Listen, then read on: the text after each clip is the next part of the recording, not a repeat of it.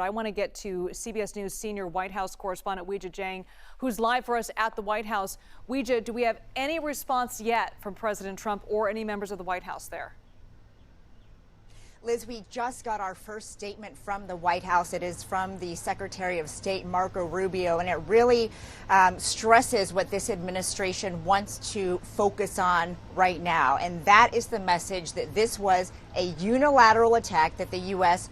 was not part of this Israeli military operation. It's a relatively short statement, Liz, and because we just got it, I do want to read it for our viewers with us tonight. It says, from the Secretary of State Marco Rubio, tonight Israel took unilateral action against Iran. We are not involved in strikes against Iran, and our top priority is protecting American forces in the region.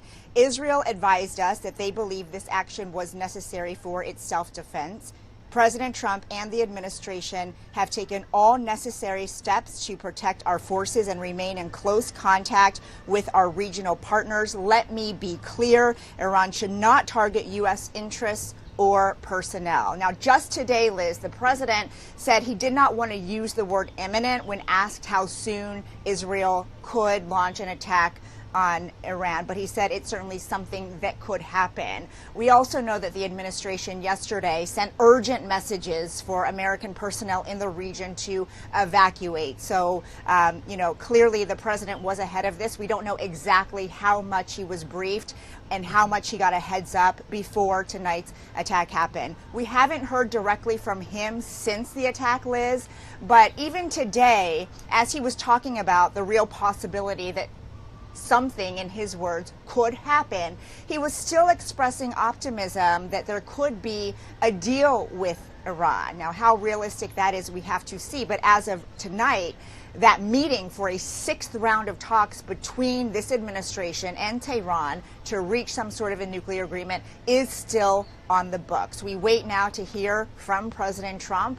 But certainly, again, just to recap what we've heard so far from the White House, they want to make clear the U.S. was not involved in this, and they have a stark warning for Iran tonight not to target any U.S. forces or facilities, because obviously that would change the calculation of U.S. involvement. Liz. Yes, and Weijia, thank you so much. And we want to reiterate there's going to be a cabinet meeting tomorrow at the White House with apparently the entire cabinet will be there. And I'm curious what big decisions the U.S. officials are facing right now, given the negotiations that are going on with Iran and the relationship with Israel.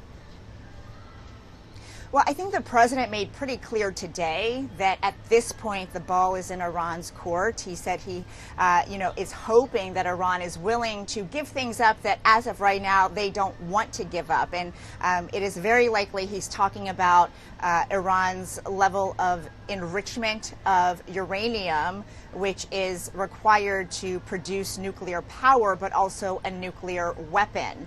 And so I think they are closely monitoring how Iran is going to respond to this.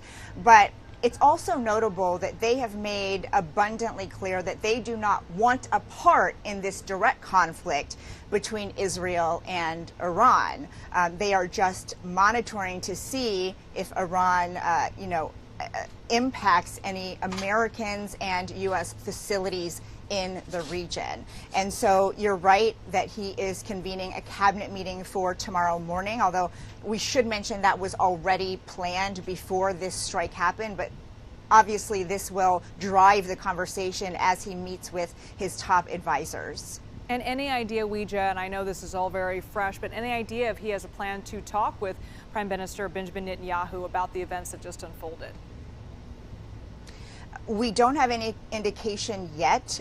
Today he was asked what information the Israelis has shared with him about a potential strike. And he said they haven't shared anything, but he also painted a very realistic picture that, something may develop. He did not skirt around that. He did not, avoid talking about it, but he didn't offer any specificity in terms of a timeline or any conversations that he has had directly with Prime Minister Netanyahu. And so, I'm sorry, I'm just reading some notes just in case we are getting new information from the White House. And so At this point, we don't know what conversations are going to happen, but certainly that is a critical one. It does sound like this administration got some kind of a heads up or a warning that Israel was going to do this tonight, based on that statement from Rubio.